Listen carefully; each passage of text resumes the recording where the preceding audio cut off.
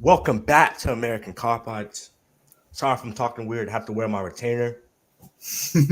But welcome back to American Car Pods. Welcome back to another live stream on this channel. I could not talk at all, but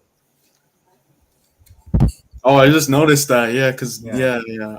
Wow. But welcome back to American Car Pods. We're gonna be doing a live show. We're gonna be discussing all things Liverpool. Reportedly, we were interested in Barella.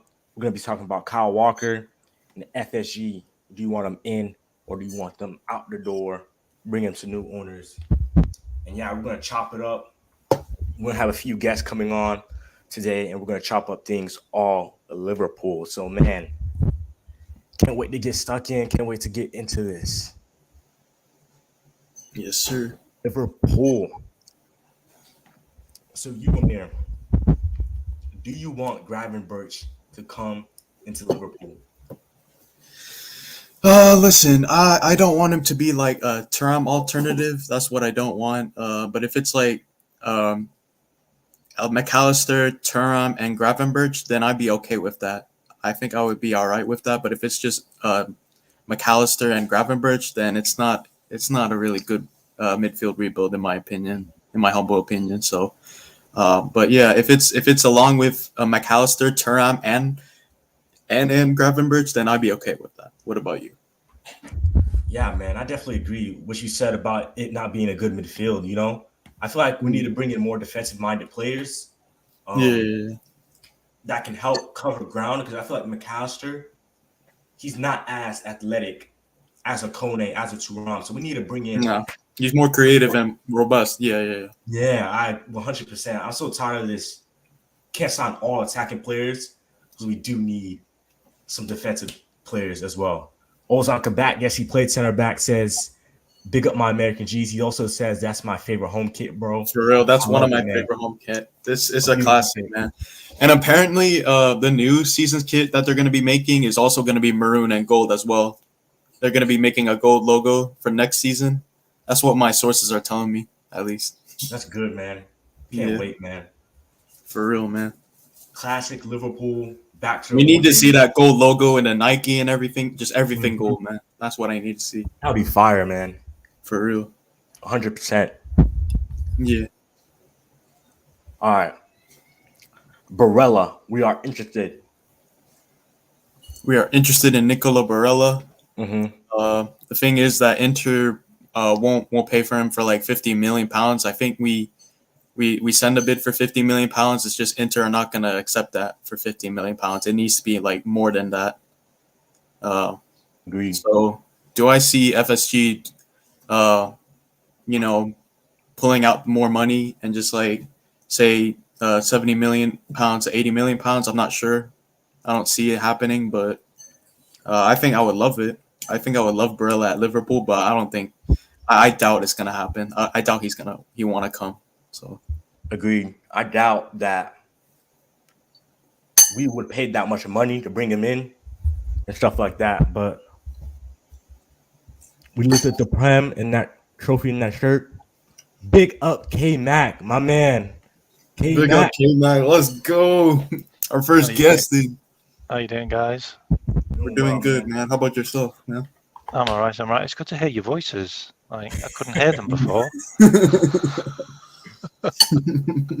couldn't talk in the other one, man. Oh my god. Yeah, we couldn't talk in the other one. It was just he doesn't let you talk anyway. I've done a few Big up with Uncle. Yeah. But yeah, man. I definitely think Barella is definitely an ambitious one. I feel like if we were willing to pay the money, we could possibly get in, but I doubt it. I think Inter are going to be asking for a hefty fee for a great player like him. Yeah. Pipe dream. Sorry. It's not even Inter Milan, which is the problem. It's probably the player. Italian players are like treated like gods. Like he is literally worshipped over there. He's the best midfielder in Italy by a country mile. Oh yeah, for sure.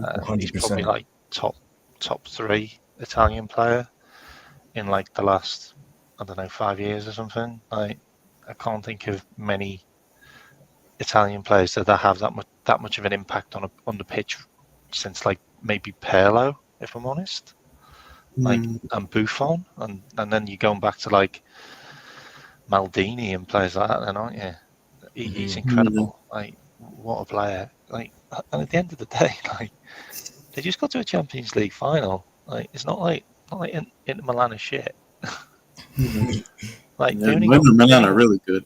They only got beat at the title because Napoli are just ridiculous this season. But they're a one-hit wonder.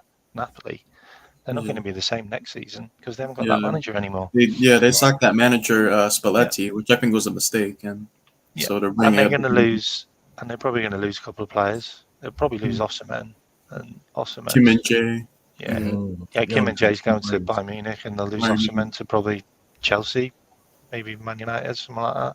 Wait, didn't Osimhen extend that contract for 2 years? Man, wasn't it like he signed a contract for 2 years? Yeah, he signed a 2-year deal. With, Napoli. But Osimhen's really disappointed that the manager's gone. Like, him and Keshavelli are really, really upset that the manager's gone because they were hoping to have like some kind of legacy with him. Because at the end of the day, he got rid of all the old guys, and he's got loads of youngsters, like 23, 24-year-old, 25-year-olds, most of them are. And he was building a legacy there that was probably gonna take the Italian league by storm. And then he just fucked off. And no one's seen that coming. Yeah, man. That's crazy. And now they got the new manager. I think it's it was the Al Nassr manager. Rudy Garcia, is that his name? I don't remember. They got in some other guy. Oh, they got Rudy Garcia. I don't particularly follow them now. He's gone. Yeah, it's Rudy Garcia. It's Rudy Garcia as their new coach, replacing Spalletti. He's not that good. I thought they were going to get the Fiorentina manager. I thought he would have made a bit more sense. You know, the one who got Fiorentina to the final in the Europa Conference. He's a good manager. I thought that would have made a bit more sense, but never mind. Big up, Chris, man. How about you? How are you doing, man? Big up, Chris Angel. Yes, sir. I was just rolling, crying in the chat. Yeah, bro, I was dying too, man. I couldn't. I was crying too. Bro. I was like, "What's going on?" We were talking random stuff over there. We were talking some random. You guys were like war prisoners, man, and Garage was a dictator and shit. That shit's hilarious. No, but how are you guys doing, man? You're doing all right? Everyone's doing we're doing good. We're doing good, man. Did y'all see Lucho's goal against Germany? Yeah, I saw it. I heard about it, but I didn't see it. Man. It was a header and stuff.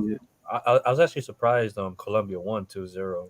Oh, they did? Wow. Yeah, we won 2-0 against Germany, but it's a friendly, so obviously you can take it. In hindsight, we got a new coach.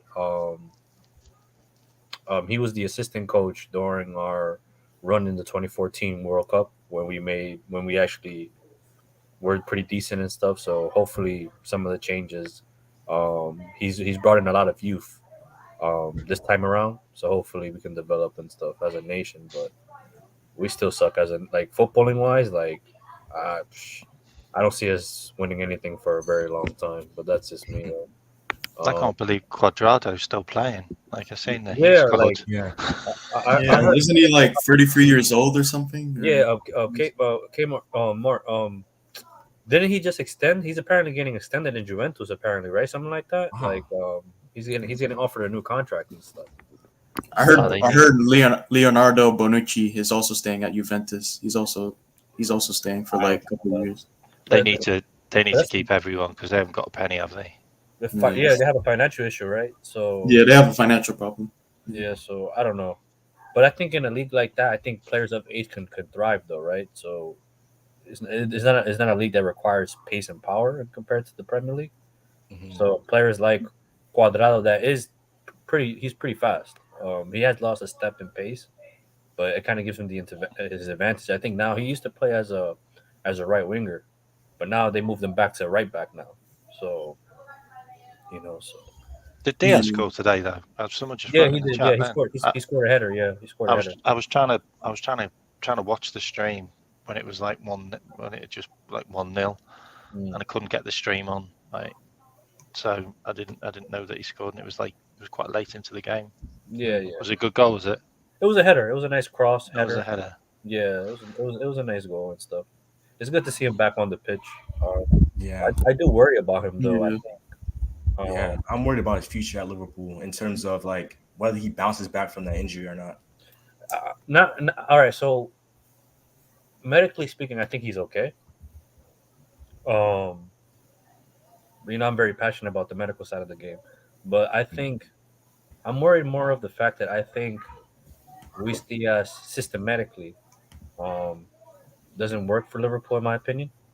Um, so when he first came in Liverpool, we can all say like you could see like a bright light in him the first 6 months he joined after January, and I think this season, well, before he got injured, he was more like his freedom was taken away from him.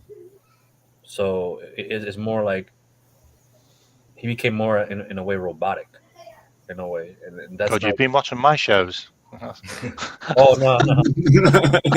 You're talking like me. Oh no, but that's true though. That's because I've watched him play since he used to play in Barranquilla. That's like years ago. So um, I don't know. He's more of so when he thrived. The reason why we bought him, he played in a 4-4-2 in Porto, right? So typical. A lot of teams play with a four back, right? So if you play 4-4-2, then he's always going to be facing someone one on one.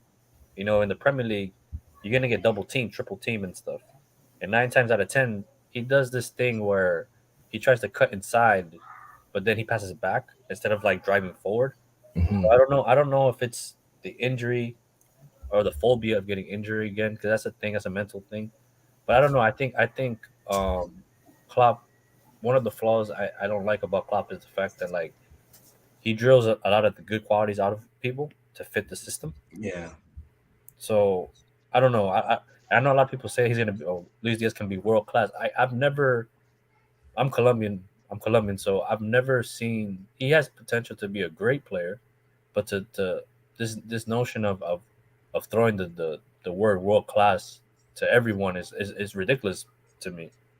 You know what I mean? So I don't see him becoming world class. I think he'll be a good player for us, but I don't know. That's just the way I see it. I don't know. I totally agree with and you coming out with a lot of stuff that I've come up with before. Like we signed two street ballers in Nunes and Diaz. Like they are street ballers, Mhm. and you can see that they've regressed. Like you can genuinely see that Klopp has took that X factor out of them, Mm-hmm. and it's just sad. It's really sad because like Nunes is just a shell of a player now, yeah, and Diaz looks like a shell of a player now as well. If I'm honest, like he's running down blind alleys, like he's doing daft things. Like the amount of times I've seen him trying to kick a ball and he was missing it. It's like that's really really basic stuff. Like connect with a ball when it's there. And yeah, I mean, for me, Diaz is a right midfielder. He's not a right attacker for us. It doesn't work in that system. Mm. Unfortunately, he's not a Mane. I'm sorry, like He he's just isn't. not. No, he Like, isn't. He isn't. Mm. and if you're trying to put him in a Mane position, it's not going to work. yeah. It's just not going to work. Like the start of the season, like up until the Arsenal injury, he was cooking. Yeah, he was.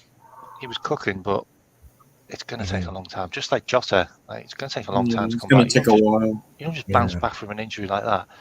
Which is also the point that everyone's having a go at Virgil van Dijk. Jesus Christ, the guy nearly had his career ended by tiny hands in goal for Everton, No, and Prickford. we just threw him straight back into the team, and he played more than any other player in Anyone the Premier else, League yeah. that year.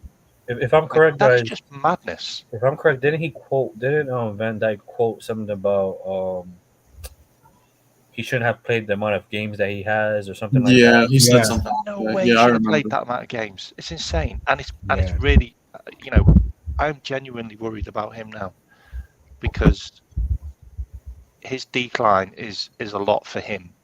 Like it's a lot for him. Yeah, I don't mentally and think he's physically. I don't Yeah. think he's going to be like a Thiago Silva. Like he's still going to have pace, but I just worry that him being played so much, and he hasn't really had a holiday. He just played like a couple of games for Holland. Yeah. Like, he's You're back in right. training You're soon. right. Yeah. Like, give the guy a break, and he's not going to get one again. I just think I think it's really irresponsible of the club to do that to probably our second or third best player. Agreed. Kmart, can I ask you a question? Because you seem like you're more into the tactical side of the game. What what is needed, in your opinion, to savor his career? 'Cause I think he's now in the later end of his career. I think he came out a couple of days ago talking about. Also, I don't know if you guys read, but apparently they asked him a question in regards to like his contract. He said he had 2 years left, and if they want me, they'll keep me, something along those lines. What do you think as a player or tactically? What does Liverpool have to do to extend his career long term? So, do we have to go back to? Do we have to go to a back three and maybe give him more protection?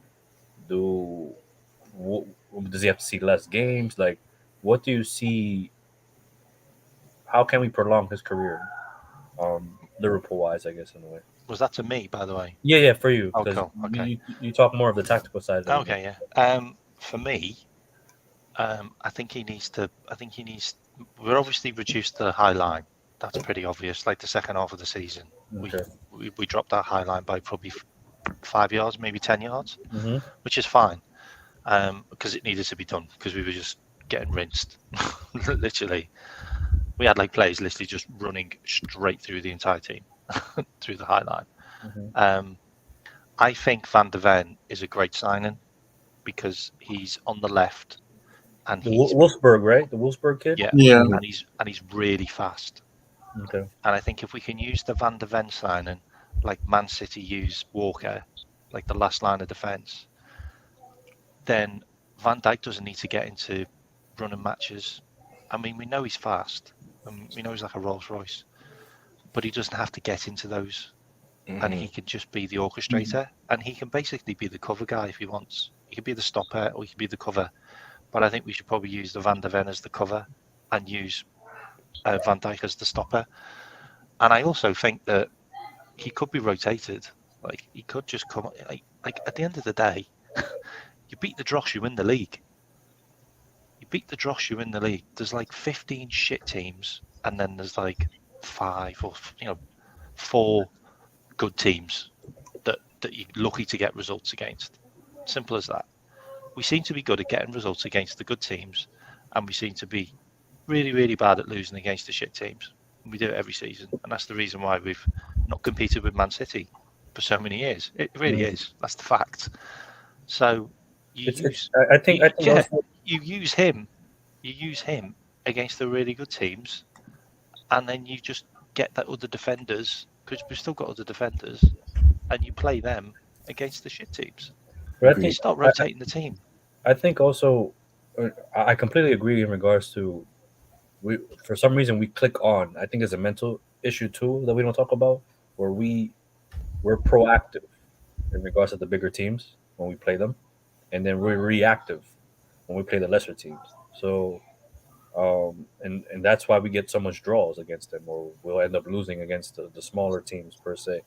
But I think also, I think since Klopp has been at Liverpool, we struggle against a low block. We've always have, Yeah. and Yeah. we've never been able. And after all these years, and that's why a lot of people have their issues with Klopp, and for a manager of his standard, and for a club of our standard, we struggle really bad against teams with a low block, and we have not yet to find solutions. And using Trent and Robbo to spam crosses isn't the solution, Yeah, it isn't. in my opinion. So I don't know. Yeah, but I don't know what you guys think and stuff. I'll let you guys talk. So Jordan, Yeah. Hey, what's up? Oh no, come on. The only time I hear you talk, you have audio issues. Yeah, man, we can't hear you. Hey man, talk. Man, Yeah. no. Oh, no, man. I was just listening to you guys. What's up, guys? I was just What's up, man? listening to you guys. That's why. So yeah, I just saw the topic about Barella a while ago. can you Yeah, absolute Italian player.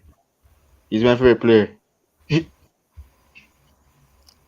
Yeah, man, he really is. Can you guys hear me?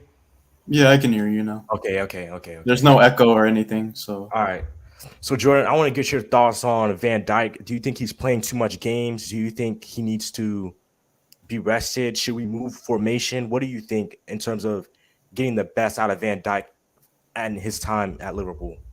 Since that injury that he pick up in the COVID for us, he using the same Virgil that help us won the Champions League. And is for him to come back, we need a backup defender to replace him because he's not the same. And he's doing very well, yes, but he needs to get back to his normal self. So we need to make him be himself and try let us try to challenge once again before he leave before his contract expire very soon. So yeah, Virgil, he's not the same Virgil that I know when he from that COVID that Jordan Pickford injured him. That should have been a red card for Jordan Pickford. I don't know why he didn't get Mhm. that red card, but that yeah. was a hard tackle on Van Dijk, and he was out for the rest of the week. And we have used our captain at defense, and it's really not working good for him. He needs help. We need a center back. I was looking at Pavard from Bruce Bayern Munich. He can play different position, center back and right back. So we need a backup defender for Virgil. Cause he's not the same Virgil that we all know when he need join us. Agree. And Mohammed, you Mohammed, there? Hello, everybody. Can you guys hear me? Yes, sir. yes, we can hear you. What do you think about Lovely. Virgil's? What do you think about Virgil van Dijk? Are you worried about him? Do you think he needs to be rested more? Like, should we like change the formation? Like, what do you think should happen? What do you think about him? Well, um, That's my very brother, by the interesting. way. That's my older Yes, brother. yes. Hey, Hello, Mohammed. hello, Oh, everybody. Yes. I hope everyone's doing well. Well, to talk about Virgil van Dijk, I think he needs a bit more support. And what I mean by that is Trent Alexander-Arnold, at least until he became an inverted right back. He's not exactly known to be the best defender.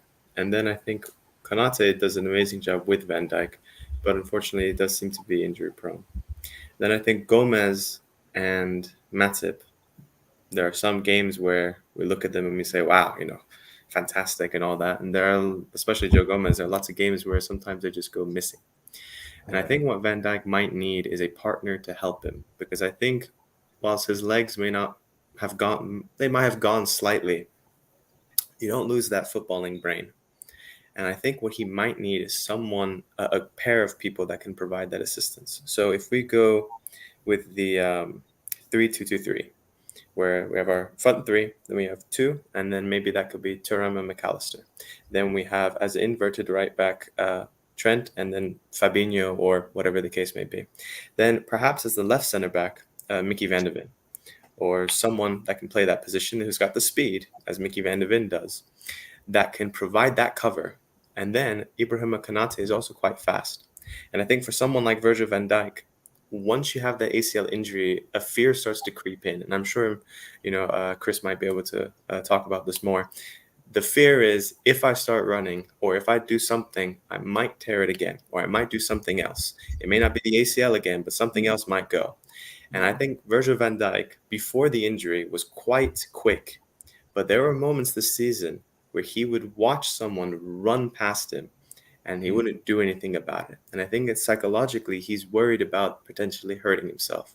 So I think having someone like Konate, who's pretty quick on the right side, someone like Mickey Van de Ven, who's quite quick on the left side, allows him to teach them how to do what they need to do. And he's the center guy. They don't need to necessarily be as fast. If you look at systems with three center backs, the middle one doesn't necessarily need to be as quick as the outside ones. And the reason being is, of course, well, if you have a winger that's quite wide and sort of stretches the actual field of play, you need the right and left center backs to be able to quickly catch up to them. But the center one can usually drift from the left side to the right side without need of sprinting. So I think he needs support. I think that he still obviously has his brain. You don't lose that. You don't lose that knowledge of football. What you might lose is your physical ability to execute that knowledge. And I think he just needs support. And if we got someone like a Kyle Walker, anytime Kanate got injured on the right side, Kyle Walker has demonstrated he's quite capable as a center back. He's not the greatest, but he's capable, and he has the speed. There's no doubt about that.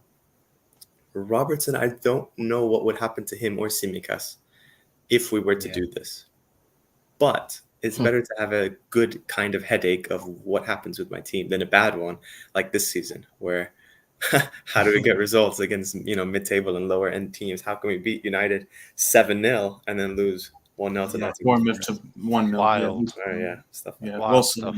Made some great points in that. Yeah. Yeah, you Well made said. some great points. I just wanted to touch on what Chris said before, though, about the low block. I think moving Trent into midfield completely beats that. I think he is the key against low block. And I'm not saying he's like the Kevin De Bruyne, because he's not even going to be playing in the same position. But you can't have a team where you rely upon one player for all your creativity. It's just bonkers. And we just have, constantly. And for all the Trent haters, Trent did his job this season, even when we were shit. It's just we were so shit up front that we weren't scoring the chances that Trent created. That's his job. Klopp said it all along. He's not there to defend. Just put him into midfield now. My God, did you see him against England? I know it's Malta and Macedonia, but they've got 3 players on him. He literally takes all of their midfield out of the game because they're so worried on what he's going to do. So they just chase around Trent. I watch him and I'm just like, it's like he's playing with a load of children in midfield sometimes. Honestly, you should watch Trent for a game. Just watch him. Just be a voyeur and just watch Trent for a game. What he can do is unbelievable for a 24-year-old. Seriously, the way he reads the game, the way he controls the game, his touch, his vision, his passing. But it's not just that, it's all the other things as well. He is so important to Liverpool, honestly. And I think if we don't have him in the team, we don't actually do anything. Okay, yeah, we can see goals because he's out of position. He's not out of position. He's not meant to be there. Just think of that. He's not out of position. He's not supposed to be there. He's trying to get somewhere where he's not supposed to be, and that's how he plays his game. So he always looks like he's always the culprit. He's always the scapegoat because they've got nothing else to talk about. He is box office. He gets clicks. He gets retweets.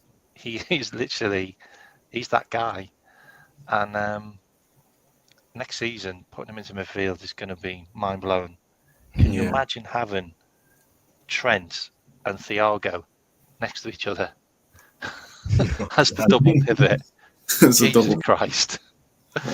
I mean, that's phenomenal. And we've had them in our team for a couple of years, and we're going to do it next season, maybe. Who knows? But I think that's really, that's really important. And the 4 in midfield is going to be a decider for us, because I agree with the 3 centre backs, and I agree with the double pivot. So even if you've got, you've got Trent, you've got Fabinho, you've got Thiago, you've got Stefan Bajcetic, you've got Manu Kone, all of them can play that position. Even Thuram can play that position. And then you've got the front 2, which is McAllister and Thuram. That's pretty scary. They're all really technically good. They're all strong. They've all got such a high ceiling as well, which is what Liverpool's all about. It's all about playing players with high ceilings. They've got really, really high ceilings. And they're all creative as well. And they're all interchangeable. At the moment, what we have is we have one piece that fits one hole. And if it's not there, it just looks shit. That's what Liverpool looks like right now because we've just let it get stale. I'll let someone else talk. Chris, you want to say something? Sure. Mohammed mentioned about the fear fear factor. That's called traumatophobia, and that's it's out here in America. We call that when it comes to baseball, we call that the yips. So that's a psychological thing, and if that's the so I've mentioned it earlier in the season. I think in Coppish, about I think because of how Virgil pulls back on challenges. Um, I think he has a mental thing, and if that's the issue, then we have a big issue. There is no cure for traumatophobia; it just goes away. So scientifically speaking, there's no cure. You can talk to therapist, you can change your way of life. It doesn't go away. It's something. It's a mental block, and you have to get over it by yourself in a way. So if that's the issue, then we have a big issue. Um, Typically, what you do with that in sports, you play less minutes, you manage and stuff. You don't put them in stress situations, and then eventually it'll just snap. So um, that's that. Um, and in regards to what K Mark was saying, I agree. Like it's hard to have an argument with you guys when you're speaking facts, everyone and stuff. So I completely agree with all of you. So my worry this season has been the fact that I'm not a footballing man. I don't know football in a certain level. But if we can see the deficits and the issues at the club, but the owner group or the coaching staff or the medical team doesn't realize it, that's a big issue for me. These people are getting paid millions and millions of dollars to be, I guess, quote unquote, the best of the best, and they're failing in certain parts of their jobs. So I think that's why the fan base has been very negative this season. Agreed. So Can I some can I just touch on that as well? yeah, I go don't ahead, wanna, go I don't ahead. want to hog. Yeah, We've go had ahead. 24 hamstring injuries this season. That's a Yeah, lot. yeah. I We mentioned it normally before. get 4. Yeah, I That's a brought that. fail. That's a failure in the That's training terrible. Yeah, regime. I brought that up like a couple of months ago and stuff.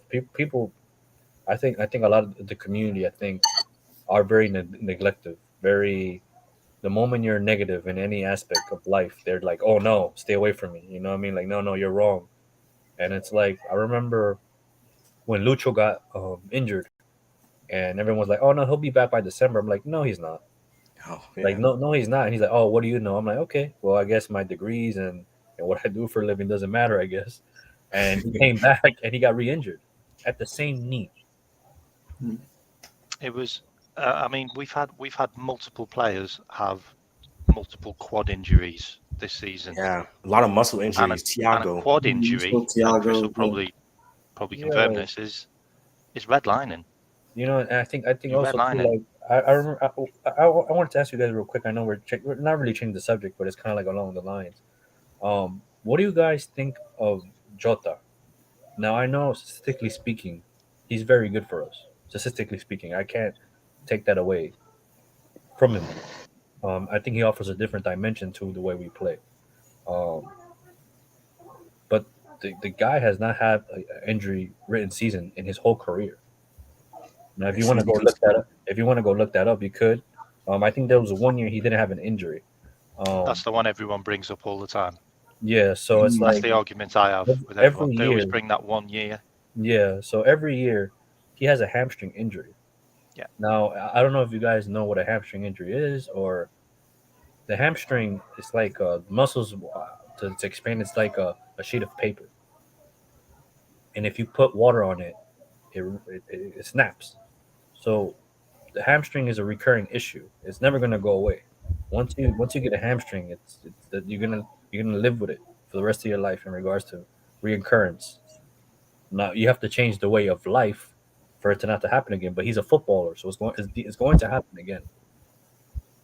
Now his injuries, like when you look at his the length he's out of um matches or out of the squad, it's only going to increase more and more. He is getting older. His body will change. The body does change anatomy wise. So, um, I just don't I don't know medically what do we do.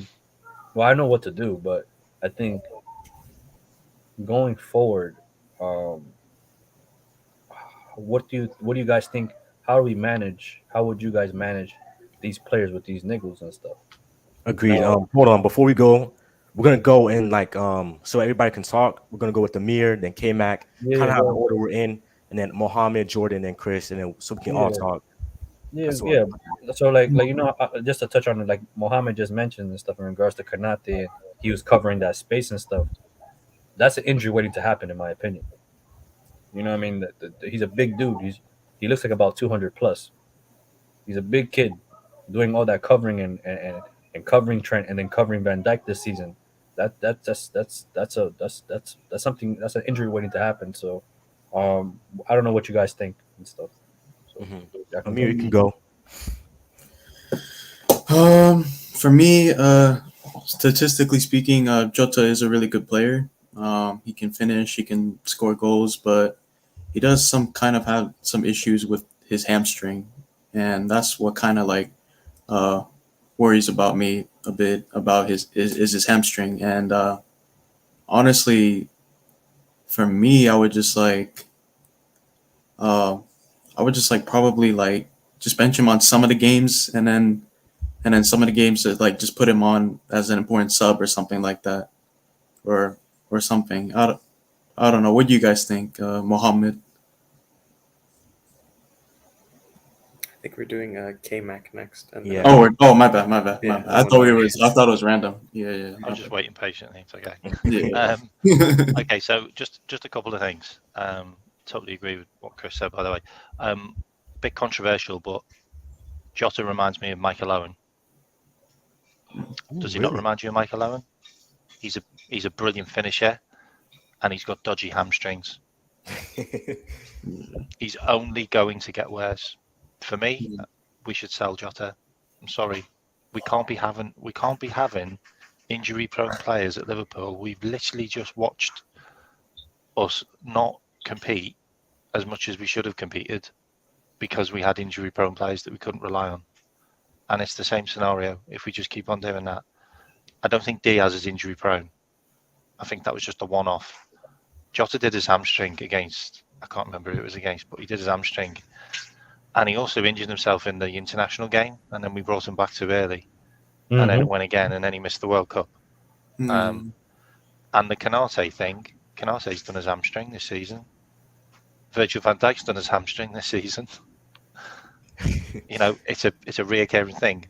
And a lot of them is down to redlining, too much running, too much cover, too much stress. Like Kanate is under so much stress every single game. Like he is just like he's just constantly putting fires out all game. Like, and I don't care what anyone says. Like we concede so many big chances in every game, no matter if we're playing well or not. We just do, and that's the reason why Adrian. God, I can't believe I said that word. Allison. My God, I'm going to hell. And that's the reason why Allison has been the number one goalkeeper in the world this season in anything. Because he's literally stopped so many big chances from going in. Without Allison, man, we'd be finishing the bottom. Like, and the crazy thing about Liverpool as well is we just keep on injuring young players because we are not managing them properly. So what makes you think we're managing our older players the right way? If we're not looking after kids, sorry to we've cut got you off Ramsey, too. Kate Gordon, Stefan Bajcetic, the list goes on of all the kids that we've wrecked. Like, what makes you think we're looking after the adults?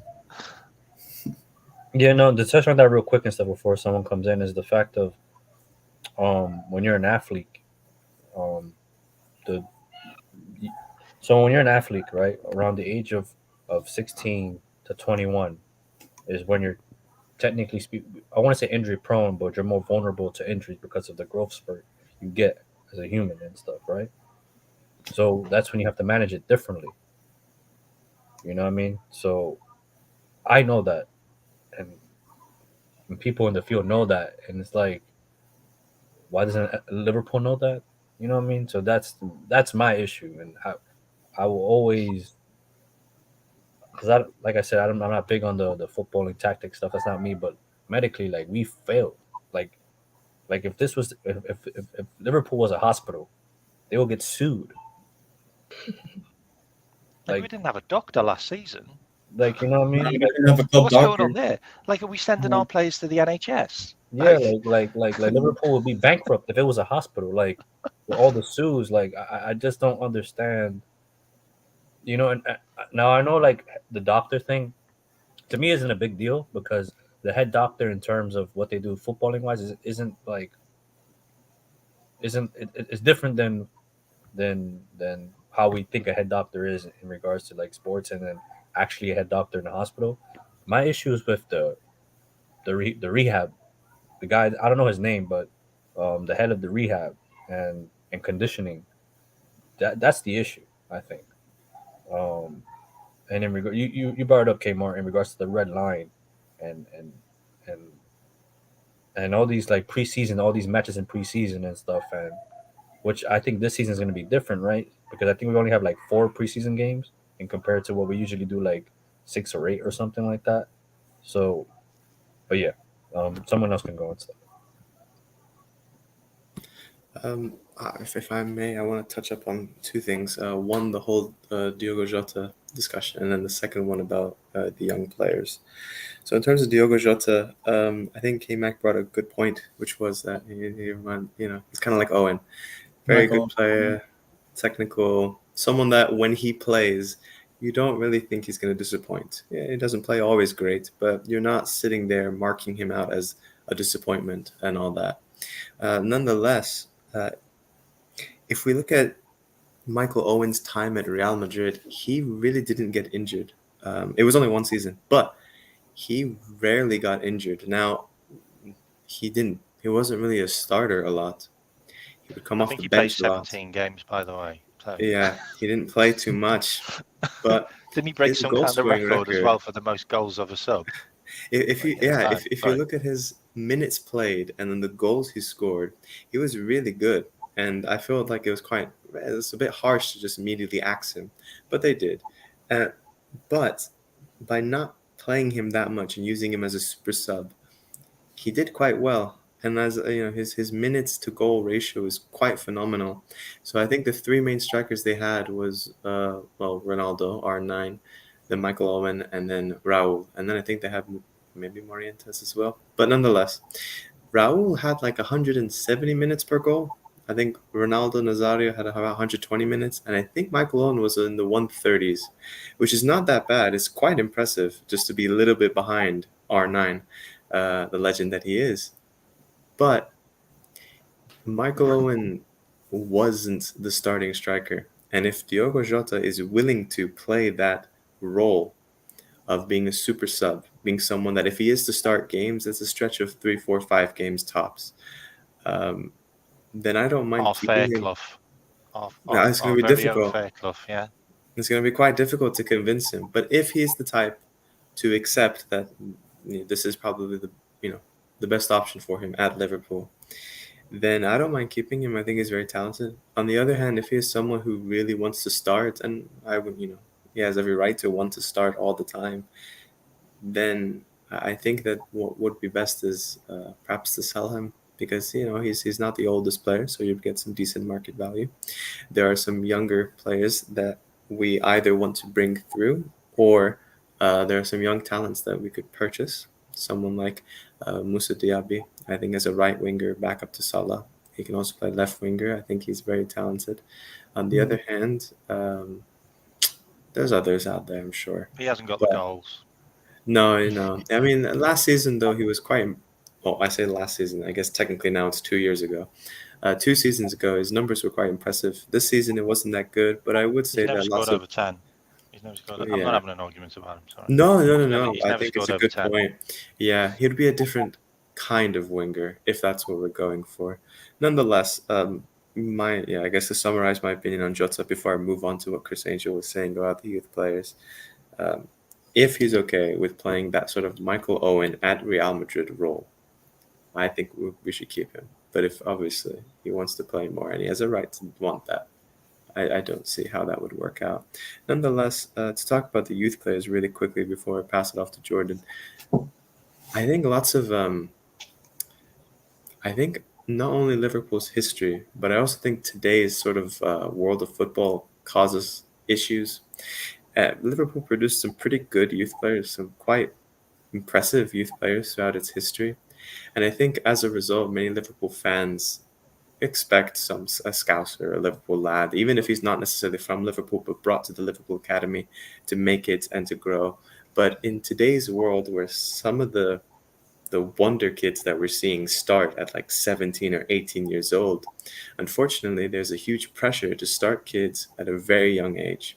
And then you put all this hype onto them and you expect them to reach a certain level that some of the greatest legends have. But if you look at the legends of history, some of them don't even start regularly until they're like 22, 23, instead of 17 years of age.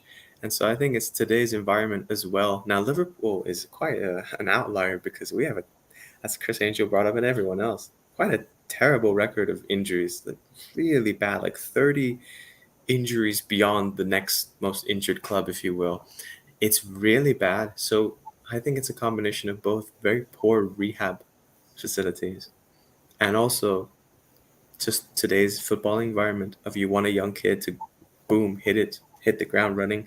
And we see it all the time with people like Mbappe, Haaland. I mean, Alexander Pato is a pretty recent example of a kid that in AC Milan, they try to rush him through and his career derailed. Marco Asensio is quite talented. They played him a lot. And then now, I mean, Isco was a little older, but still. Who? I'm sorry to cut you off. There was another player from Real Madrid. Hesse was it? Yeah, Jesse Rodriguez as well. Jesse There's lots Rodriguez, of yeah. talented players that And Oh, I they forgot start about them it. so young and then they just disappear, which is a Disappear on the shame. rim. Yeah. And I think if Liverpool wants to really hit the ground running with a lot of these youth players, we shouldn't play them a lot. And I think as Liverpool fans should expect these kids to start more regularly when they're in their early 20s as opposed to their teens when they're 21, 22, as opposed to 18, 19. We should play some of the youth, just a few After cup games, like the cup games, basically. We Yeah. should do that. After- after Jordan talks, I'd love to have a little chat about the youth team players that we've got. Just like after he's talked. Okay. Oh, Diego Shota, um, the Portuguese international. He's good. Um, since he joined us, he was doing very well for us, and then he was a former Wolverhampton player. I remember when he was at Wolves, scoring goals with his fellow coach teammate Ruben Neves and Joao Montinho, joining us from Wolves, scoring his first goal. Yes, his injury. Well, in general, he wants to win more. He wants to win titles. That's why he comes to Liverpool. He won the Carabao Cup with us. He won the FA Cup, and he wants to win the Champions League. We didn't win it. We tried to win it this season. We didn't. Real Madrid beat us in the finals. But he's a great player, and as he was out injured um during the World Cup and straight into February. Yeah, it was a long season for without playing without him for us, and I'm happy he's back, but I need him back. And he's good, he's talented, and he knows to score with especially with his head. He's good with his header.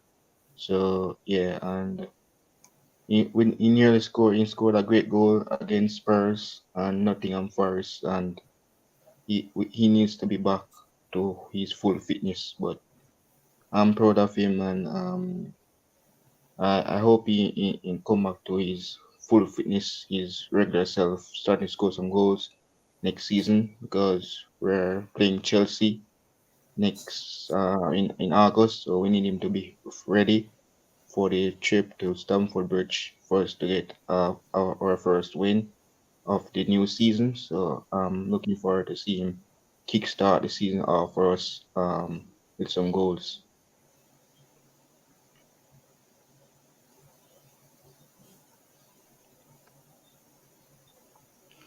Cool. Can you hear us?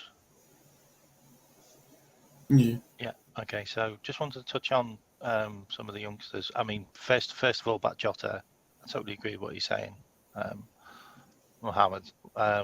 But I think he's better than Nunes and Gapco. So I think probably they should be on the bench if we're going to keep him then, because you're going to get more goals from Jota. Jota's just an absolute machine in front of the goal. And what I like about Jota as well is he doesn't need to be involved in the play. He's not a structure player. He's not a guy that needs to start it or be in the middle of the action. He just needs to be on the end of it. And some of the goals he scores are just so instinctive. I mean, just that Tottenham goal. I don't think there's many players that could have scored that goal. Like, 94th minute, under so much pressure. You've got the goal getting smaller and smaller as well because of the gap, and he's just like, yeah, no problem. Right.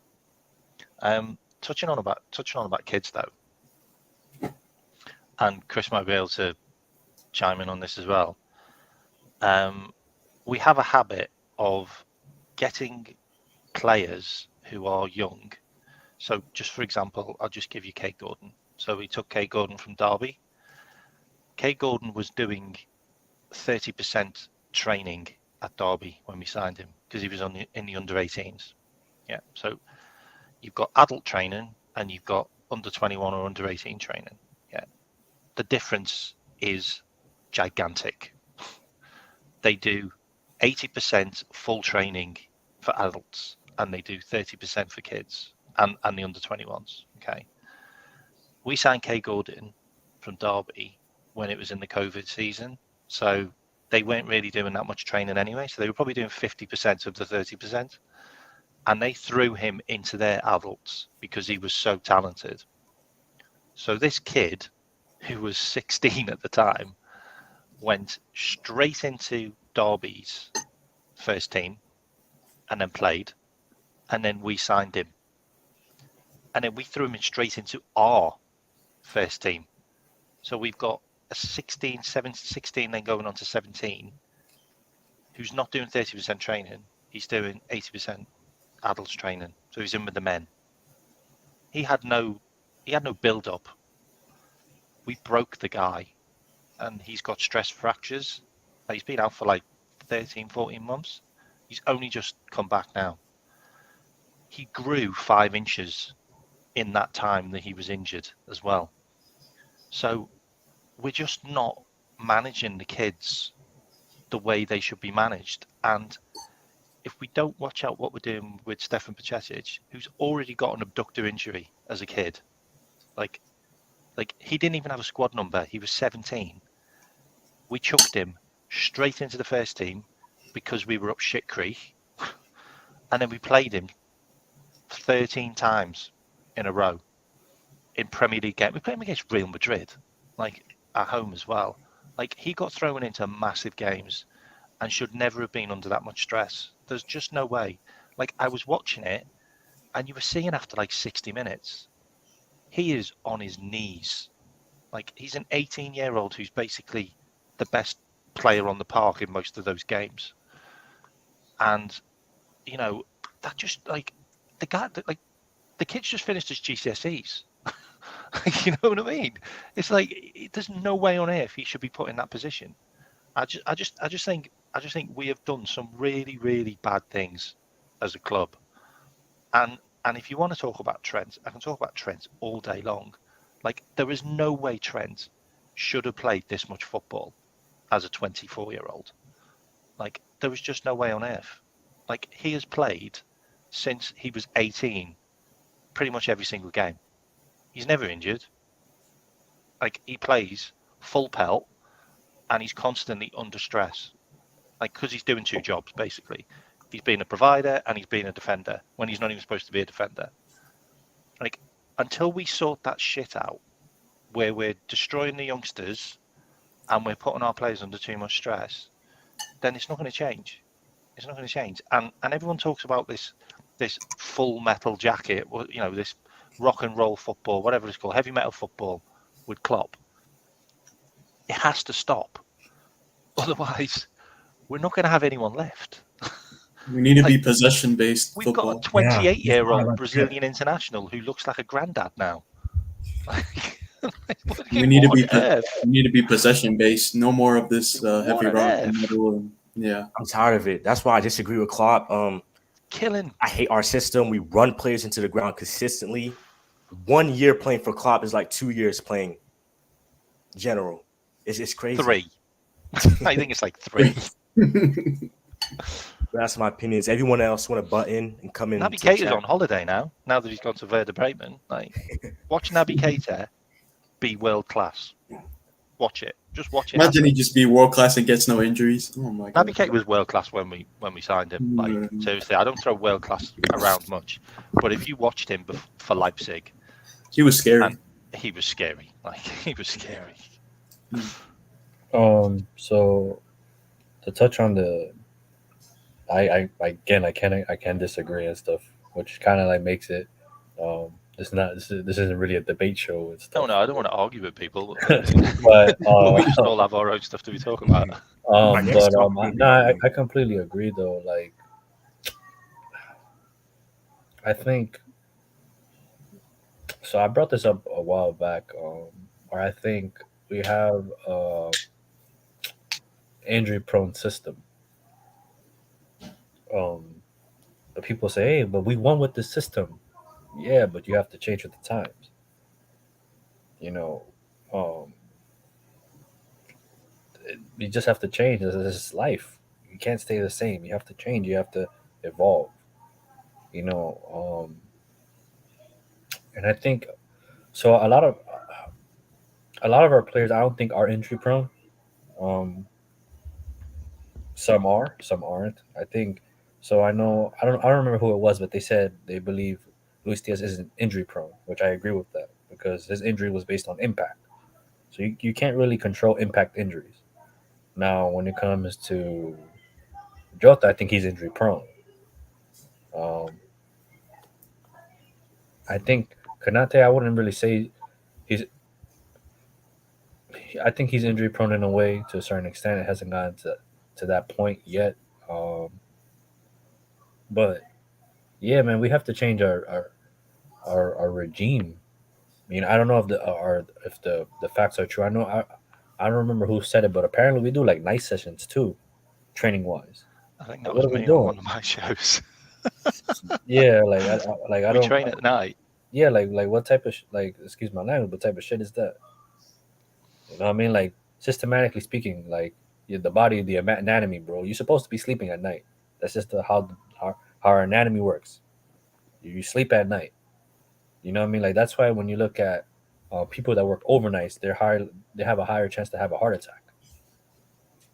You know what I mean? Like it's just that's the way the body's built. So what the hell are you doing training at night and stuff? You know what I mean? That it just Have you doesn't seen make the other sense to stuff me. we do as well? Does anyone else know about the fact that when we when we had these early kickoffs, we had loads of early kickoffs last season. We don't change our training regime for the early kickoffs. I hated that, man. I had to be up at That's like nuts. 5 in the morning to watch those. Yeah, games. it's wild. It was wild. Yeah, it was so early. I just couldn't watch it. And we still lost.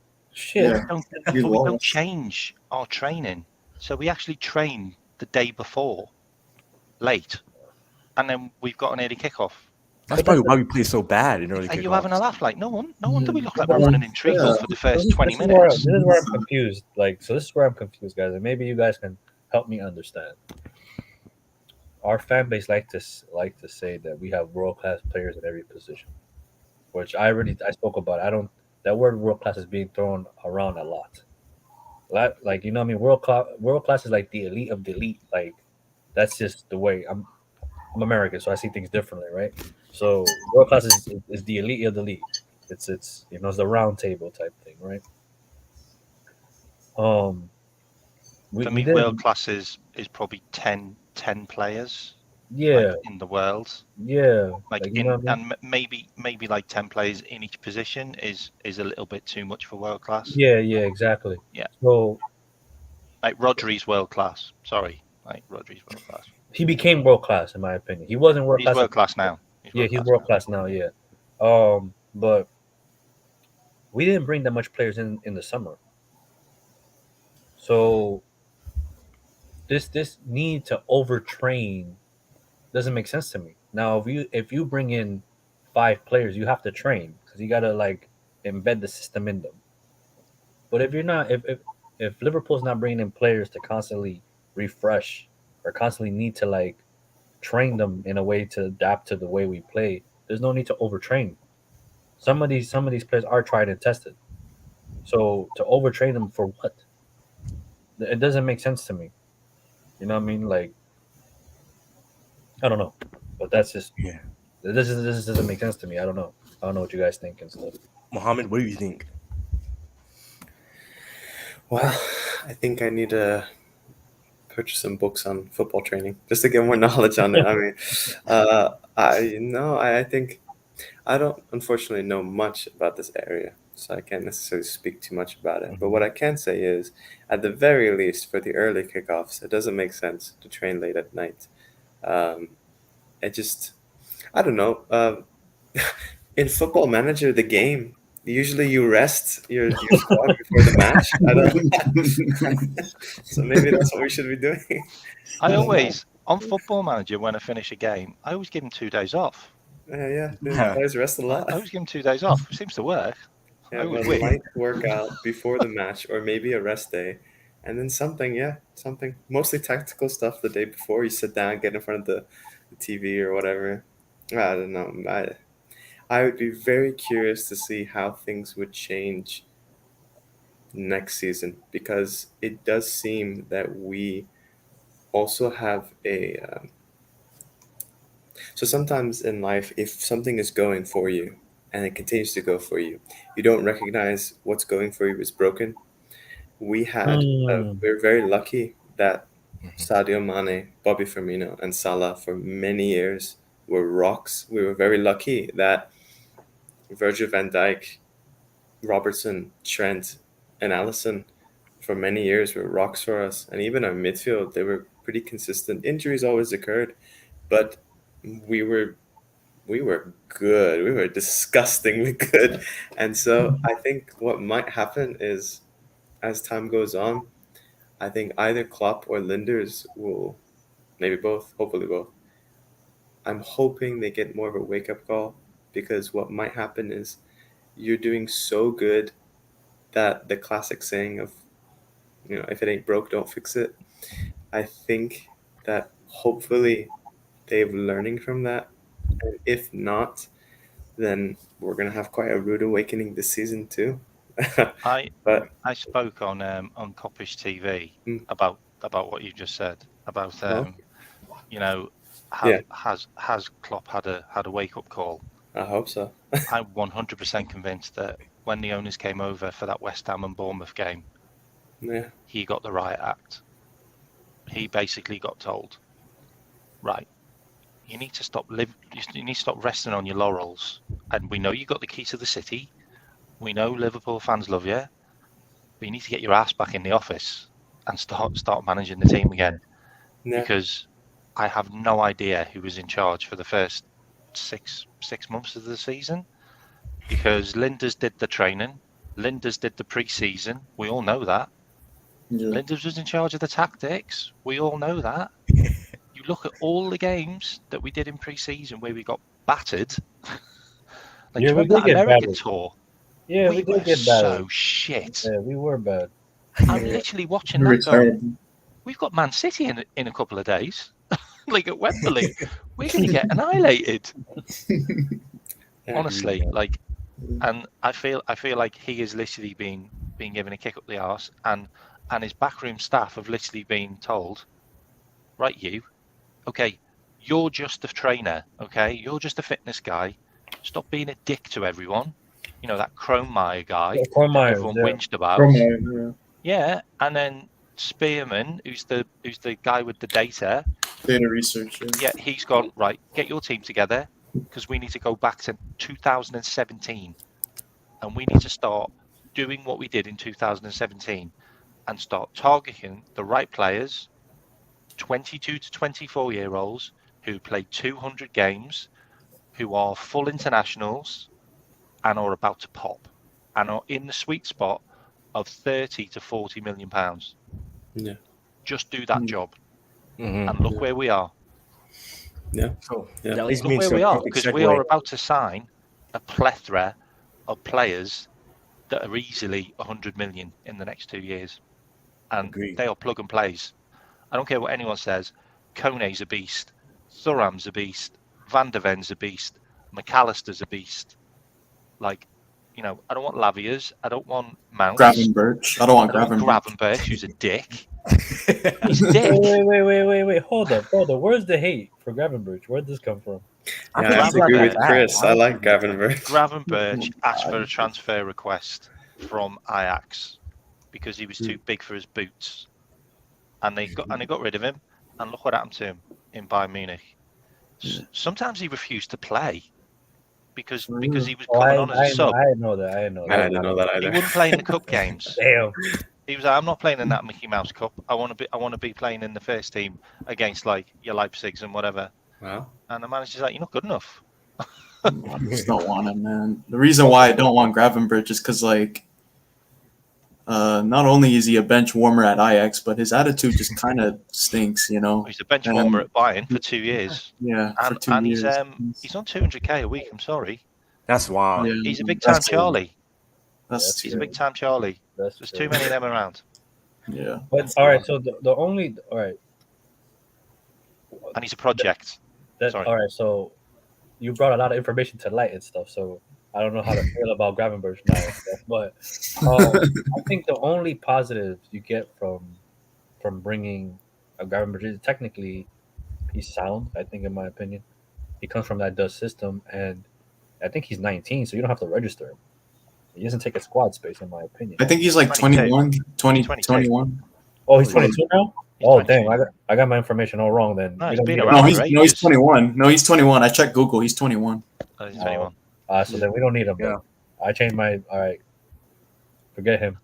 The thing about Gravenberch as well is like, how many Dutch players do we want? Like, seriously, We're becoming how many Linders Dutch players do FC. we want? We're becoming Linders FC. Like, it's We just are crazy. becoming Linders FC. And Like- also, the other thing as well, which I didn't mention, is if you look at how Linders played when he had NEC in Holland. NEC, yeah. Where he got sacked?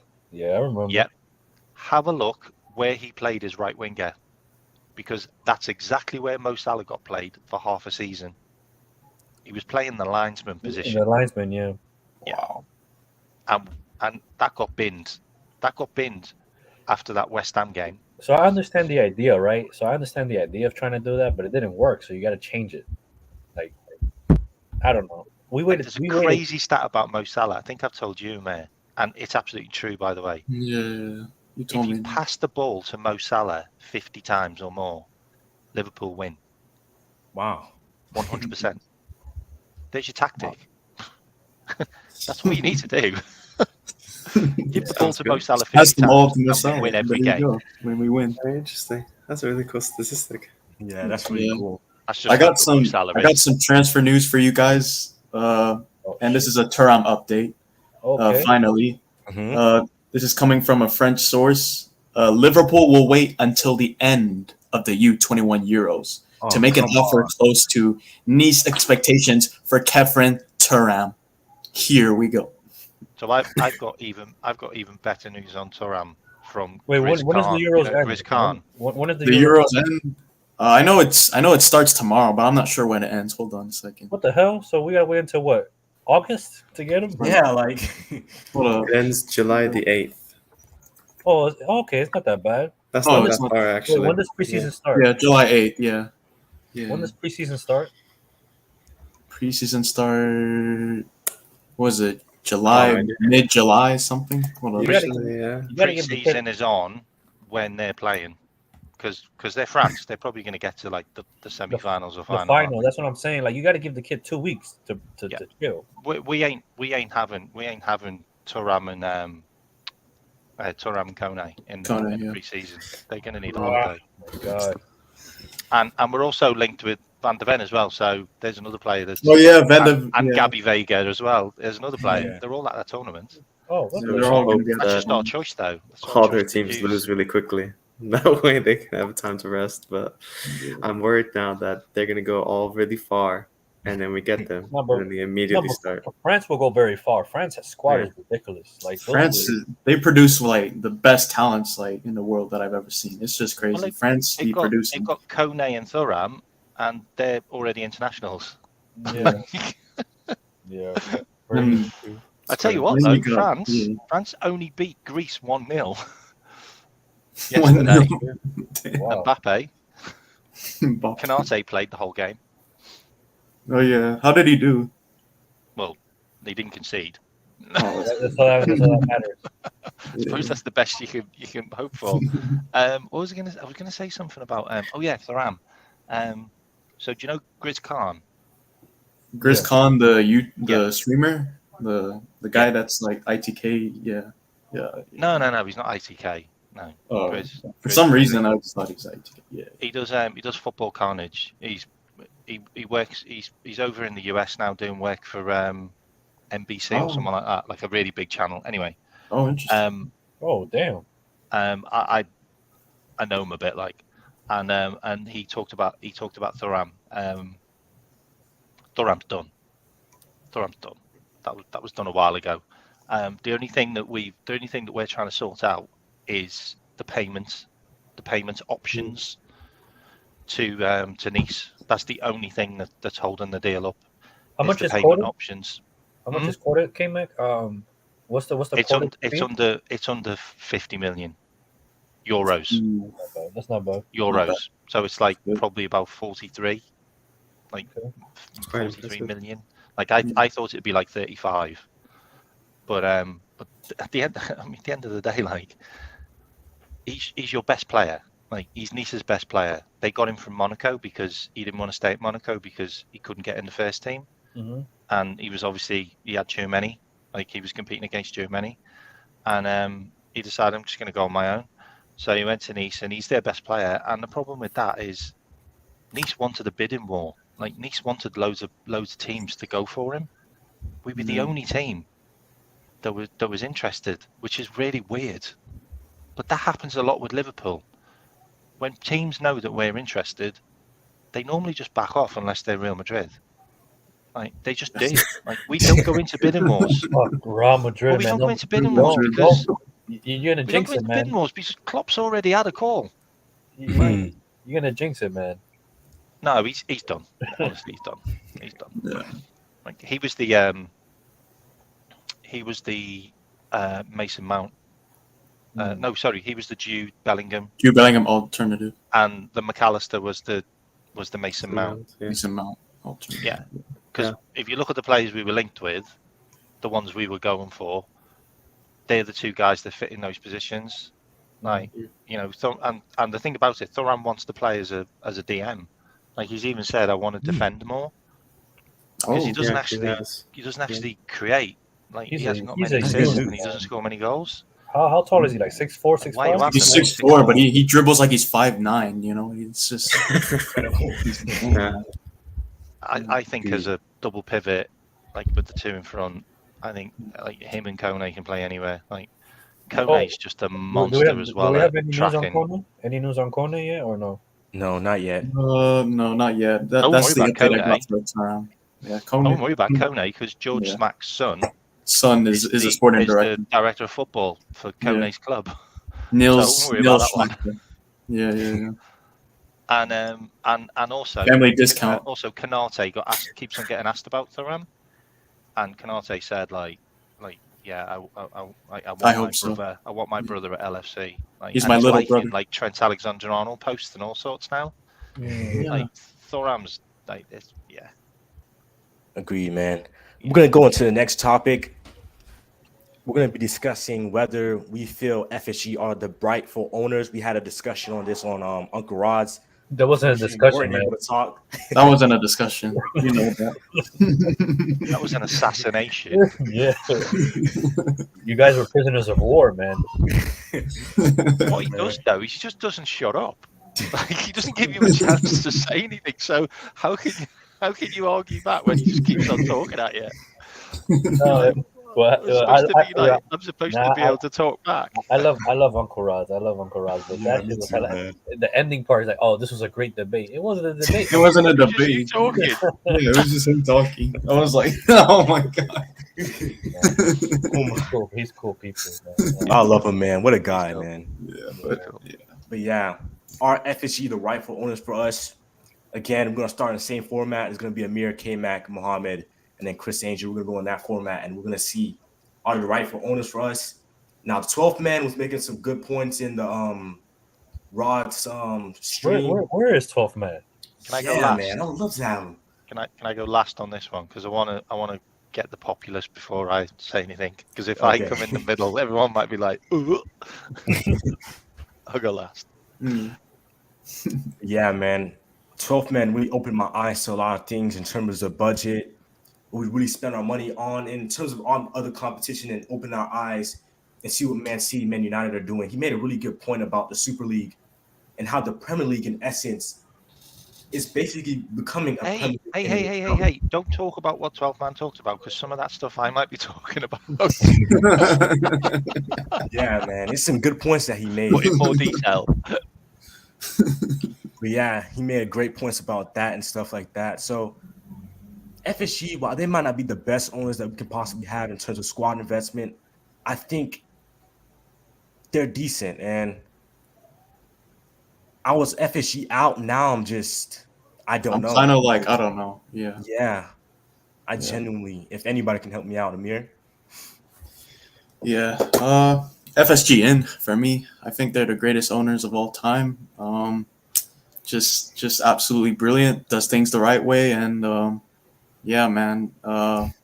You're so full of shit. I'm sorry. Oh, honestly, no. Obviously, I'm FSG out, but the reason why I'm FSG out is because they underspent on transfers and stuff like that. They lack of investment, but they also did some great things, like bringing Klopp as a manager, and that was a brilliant idea. That was a brilliant move, and then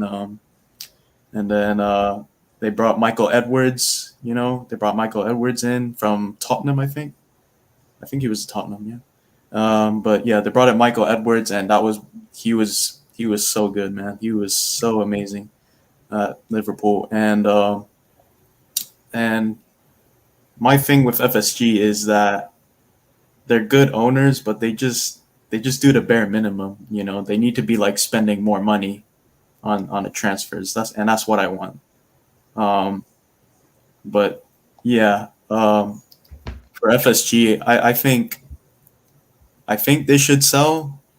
But I want them to sell to like Steve Ballmer or Harris Blitzer Sports Entertainment, something like that.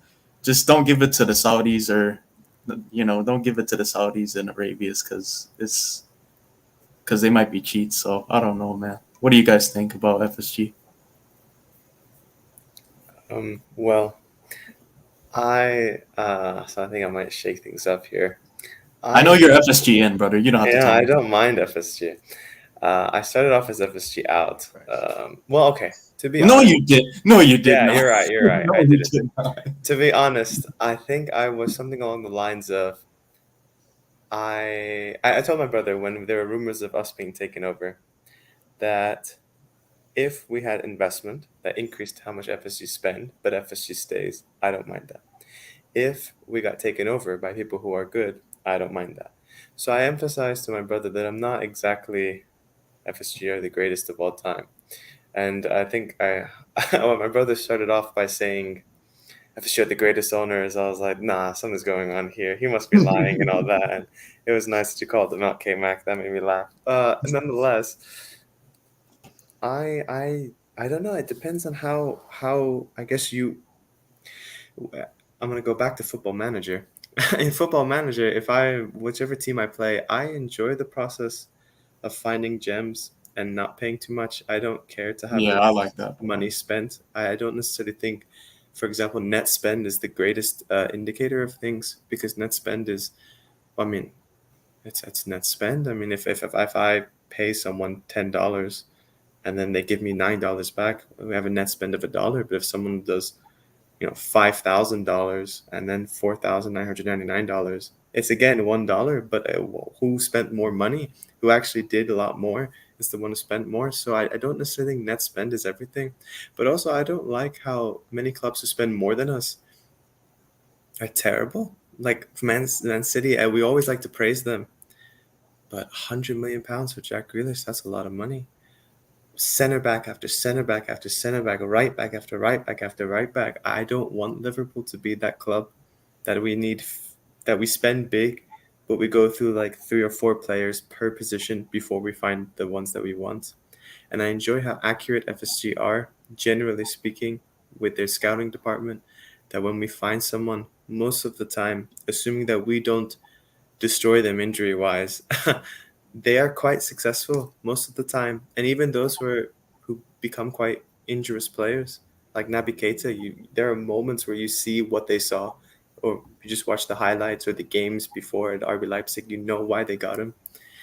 And I'm not that bothered by not spending as much as everyone else because I look at a team like Manchester United, all Mm. that money for what? A Europa League, a Capital One Cup, Brazilian fidget spinner. Like fidget spinner in. Anthony, bro, he's just like spinning all rounds around all over again. That killed me. I'm I'm sorry. tired of it. Hilarious. Even Ten Hag was shouting at him. Did you see Ten Hag like? All that money for what? I mean, Arsenal.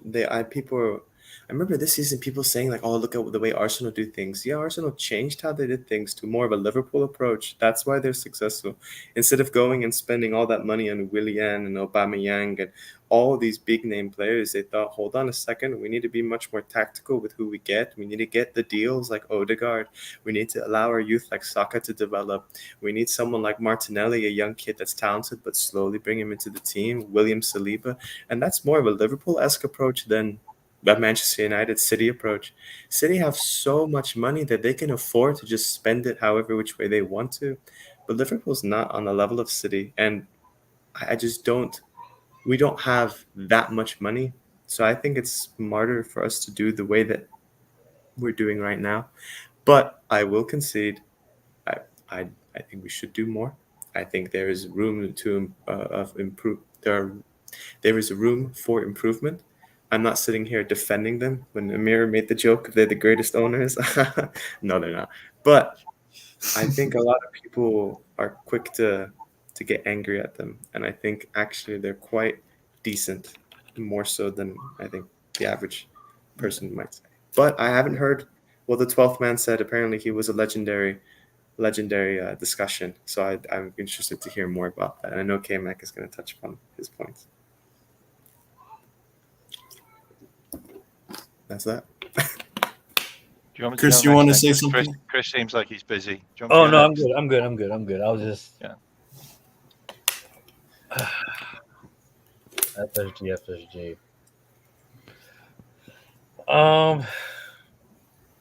Damn. All right. I think my issue with FSG is I don't think they're the sole issue of what's going on at the club right now. But I do think what I do blame him with is the fact that they haven't put the right people in place to make the club succeed. So we love to criticize them and say they're not footballing people, and that's true. But they're businessmen, and as businessmen, you need to put the right people in place to make the club succeed. And I think and that's where I blame them at. You know, what I mean, all this stuff about money and bringing in players, that's not really their thing. You know, what I mean, like look at our sporting director. Look at the mess. Why did after 1 year? Why did the sporting director leave? You know what I mean? These are the questions we need to ask ourselves. Why is all these people being let go? You know what I mean? That to me is a bigger issue than um than FSG and the spending. Yeah, it is hard to see every other club spend money, but if we're in a position of we're selling players at the right time, if we're bringing in players at decent amount of money, and then what's the issue? Like, you know what I mean? I think we always want the bright and shiny toy. That's life. That we like the nice things. We all have that bougie in us. We want to be bougie. You know what I mean? It's in us to want the nice and shiny stuff. You know, but like Kmark was saying, like if we're in the range of getting a player for 35, 40 million, and in 2 years' time they're at the valuation at 100 million, that's great. We're doing good business, in my opinion. If we have a payment structure, a wage structure in place that doesn't affect us, then we're good. If we're not in debt, we're good. Now, do I agree we should be in a picture to get, for example, we should be in a pole position or in a financial structure to get an Mbappe if we wanted to have him? We should be.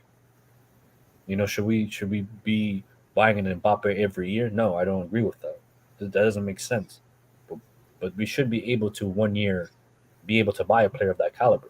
Yeah, buy a world class player every once in a while. Yeah, you know what I mean. So that's my thing with them. At the beginning of the season, I was very FSG out. Like I was very negative, like to the point where like I was done with the club. Like I stopped watching football games. Like it was stressful to watch. And then the fan base, it's FSG or club. Like it gets really toxic. Everyone knows it gets really toxic. Yeah. Um, so that's why you don't really see me on like that anymore and stuff. Um, but when you take the time to step back and analyze the situation, it's like FSG are business people. They value money and revenue and making smart deals. That's their thing. You know what I mean? So to blame them about what's going on in the pitch, to me is ludicrous to me, in my opinion. You know what I mean? Um, so if I keep them, yeah, keep them, I guess, in a way. Like, yeah, they're doing okay business wise.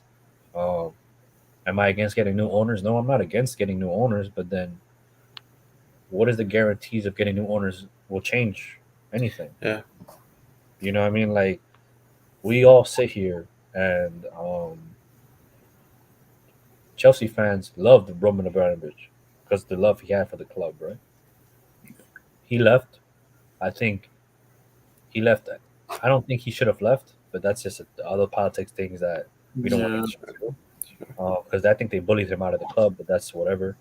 Um, but now you have Todd Bowley that's spending money, but he's doing it He's wrong. not.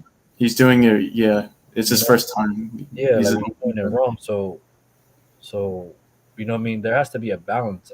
I don't know, but I do blame FAG for not putting the right people in place to make the club succeed. You know what I mean? The FSG has multiple teams they're managing. They got the Boston Red Sox that is a mess, to be honest. They got the Penguins. Penguins. They're looking to buy an NBA team. Like they're there, but they're not really there. They need to put the right footballing brains in place to make the club succeed. And that's where I blame them at. That's my issue with them. So and then yeah, you should be able to buy an Mbappe if it came out available this summer. If you have the funds for it, then do it. But not every year. Not every year. Doesn't Yeah, have to be every year. doesn't make sense. Like, you know what I mean? So yeah, that's just my opinion on it and stuff. So yeah, if we get new owners, great. If they stay, great. But they have to, like Mohammed said, you have to be able to adapt to change. You know what I mean? You have to. It's just life. Like You have to evolve. you have to. You have to. You just have to. Like you're gonna be left behind. So that's just my point of view at FG. Um, yeah. So came up. You're up. Okay, are you ready for a history lesson? Oh god. Oh yes. Will we be quizzed? Quiz. I'll try and be as quick as I can, but this might go on for a bit. But I might say a lot of stuff that you might not have heard before, and I might say a lot of stuff that you've forgot, because a lot of people have forgot a lot of stuff. Okay. FSG bought us from Hicks and Gillette for just under 300 million. Okay. Yeah. It was a fire sale. Okay. If we Yeah. hadn't have been bought by FSG, we'd have been bought by the state. Okay, because Singapore were looking at us, Dubai were looking at us. Okay, there was a lot of dodgy people that were looking at Liverpool, and we got bought by the best people. Okay, we got bought by people that invested their money into the club. Okay, and it was their money. That's all they had. Okay, they took loans out against their own companies to buy Liverpool FC. So they are indebted into LFC, okay? And they are the owners that any club should want. They should want owners that are so worried if things go wrong because they lose their money. If we're owned by the state, they don't give a fuck. Like, it's a plaything. It's a toy. It's a bit of fun.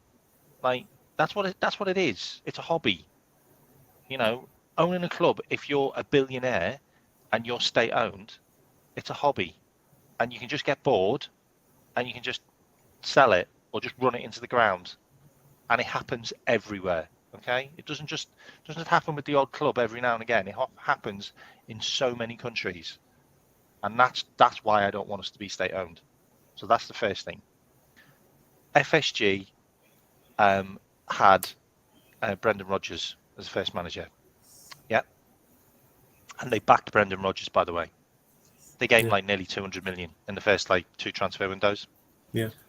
Brendan Rodgers nearly won us the league. Let's make no bones about it. Okay. Brendan Rodgers nearly won us the league. All right. So he was successful for where we were before. Okay. And then obviously other shit happened. And then we ended up with Klopp. FSG wasn't Klopp's first choice. Sorry, Klopp wasn't FSG's first choice. Yeah. It was Ancelotti, right? Ancelotti was. Yeah. They met with Ancelotti first, and Ancelotti said, the only way I'm going to be able to get anything done with Liverpool is if I gut the spine, which means goalkeeper, defence, midfield, and attack. And FSG went, how much is that going to cost? And he said, 200 million, maybe even more. And they just went, whoa, that's too rich for us. We gave Brendan Rodgers that. He didn't get it done. And Ancelotti's world class. Like it's you say yeah, or I just walk and I'll just sign for, I don't know, Real Madrid. You know what I mean? I know he signed for Everton, but Everton was a stopgap, and we all know that. Okay. Jurgen Klopp started. Jurgen Klopp sat down and said, I'm going to be successful if I have the right people around me. FSG got the right people around him. Okay? Let's make no bones about it. They took Tottenham's data center guy and their director of football. Just took the whole lot. They took Edwards, Ian Graham, and a couple of others. I can't remember their names, but they've all left us now. And they were the cutting edge data technology team. They were cutting edge. They were the ones that created all of the stuff that Brighton, Southampton, Leipzig, RB Salzburg, all of them do.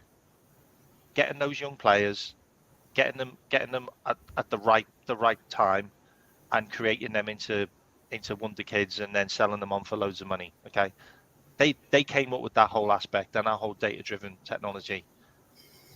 We got the right people around Klopp. From 2017 up until that season where we didn't have any defenders, are you trying to say FSG weren't doing well? Like, are you trying to say no one had any issue with FSG because we were winning, because we were doing really well? It was when Klopp got too much control. This is the problem. This has always been the problem. It's not FSG. It's Jurgen Klopp.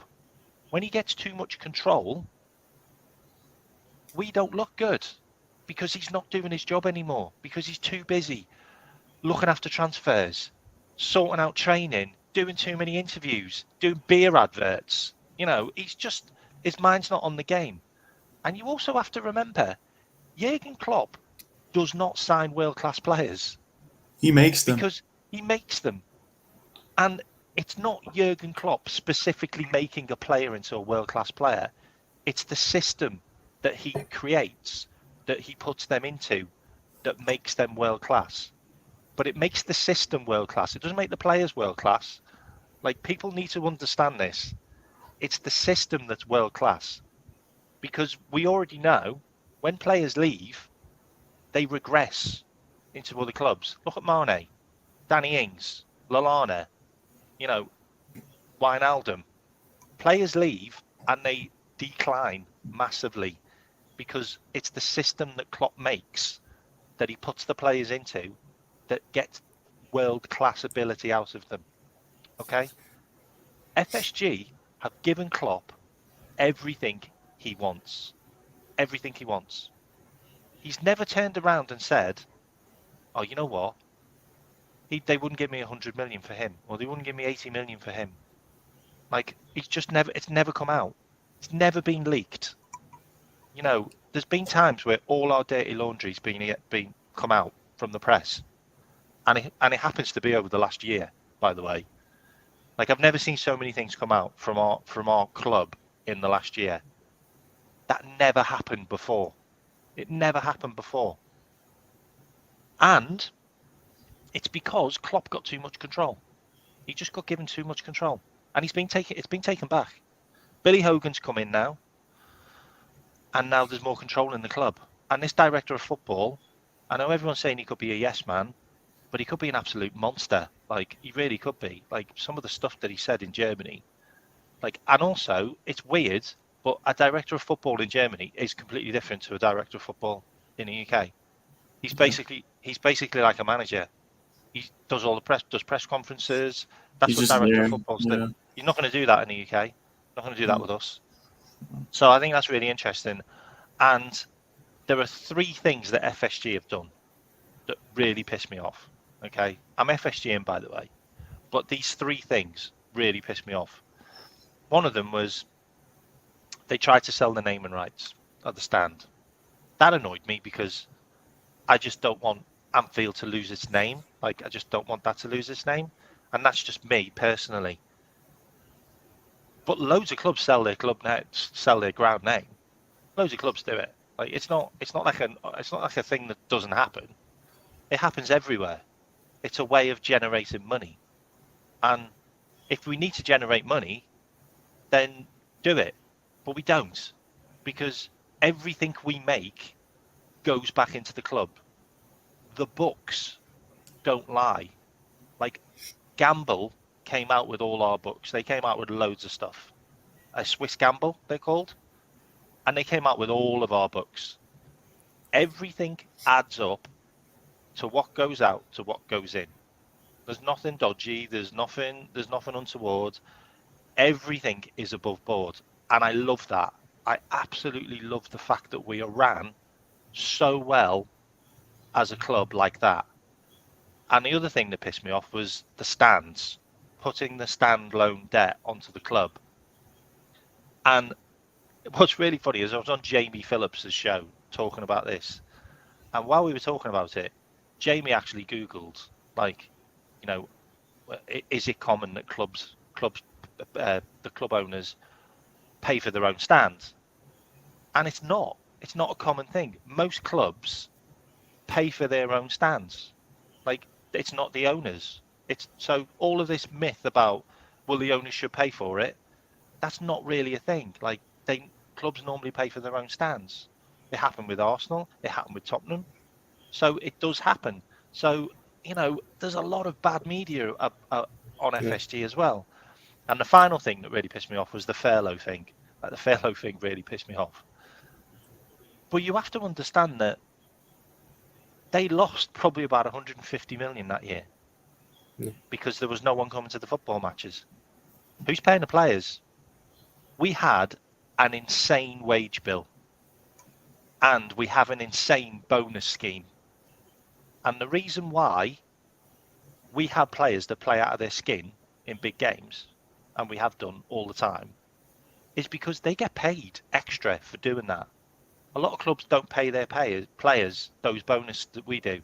So if you win titles and you win cups and you get to finals, there's an extra bonus. There's another bonus. There's another bonus. A lot of clubs don't do that.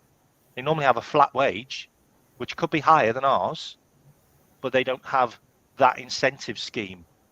And with Liverpool as well, have you noticed every 2 years, if you do well, you get another contract? That's how we run our club. That has to stop. That has to stop. Otherwise, we'll end up with players that just don't want to leave. And that's what Klopp does. He's even said it. I won't get rid of anyone unless they come and tell me that they want to leave. Well, fuck me. If I'm getting paid 140k a week to sit on my arse Why would I tell you and I play want to 5 leave? games a Yeah. year, do you think I'm going to leave? Like, No, the best player to bring is the Adrian. That's the best. he's on 30 grand.